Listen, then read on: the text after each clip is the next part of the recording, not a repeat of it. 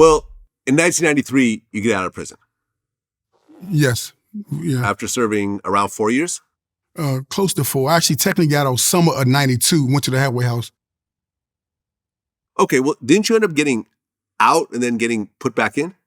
Yeah, when I came home from jail, they locked me up probably about 3 or 4 months later on another drug charge, conspiracy.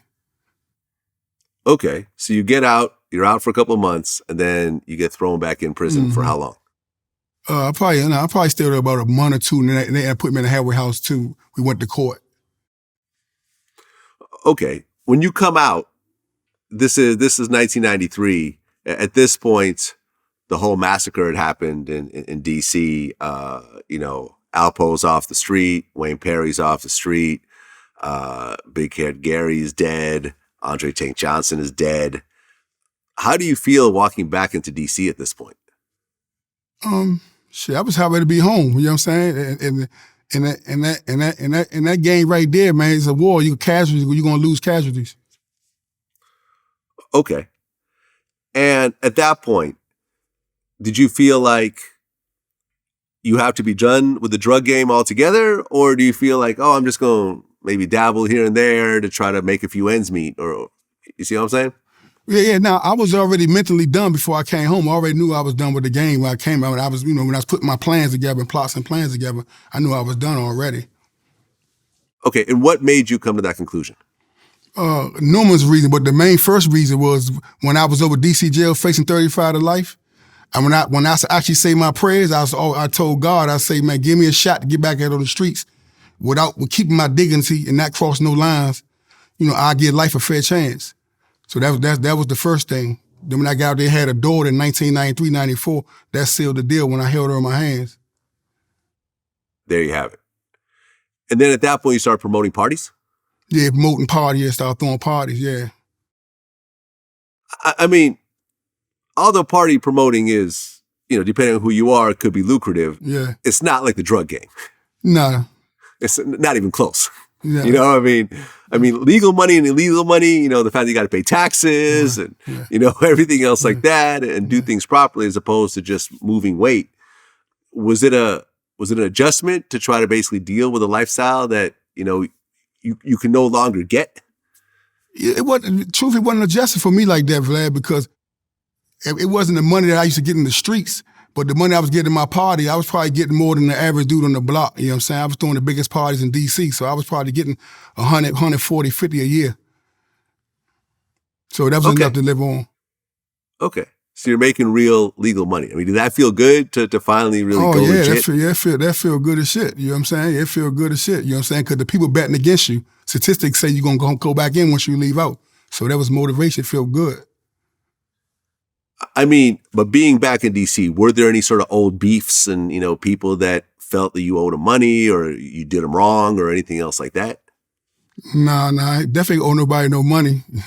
But I didn't have no open beefs that I know about. You don't know. There's always some ghost somewhere that feel a certain type of way, but I ain't had nothing obvious. Okay. Well, then fast forward to 2015, Alpo gets released from prison and goes into the witness protection program in Maine. Did you hear of Alpo getting released from prison? They were saying it so often before he actually released. You just kept hearing it. And then eventually, when somebody showed a picture of something, that's, I knew he was out there. But they were saying it.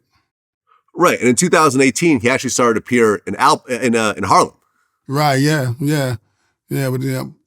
Right. And that was at that point where he's basically like becoming like a little local celebrity again. Like he's taking pictures of people. He's riding around with like Christian Dior helmets on his motorcycle. He's going to parties and so forth. And it was really like everyone that knew the story, including myself, are looking at this going like, this is crazy. Like why, after all the people that he killed, all the people he told on, all the people he ripped off and slapped around and everything else like that, he's going back to that same area around all those same people to try to reclaim whatever glory he had in his heyday.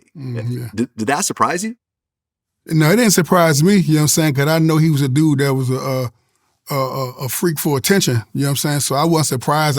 My buddies always say he home before he came home. I used to say he not home because he the type, if he home, he got not going to be resisted being seen. So him doing that wasn't no surprise to me.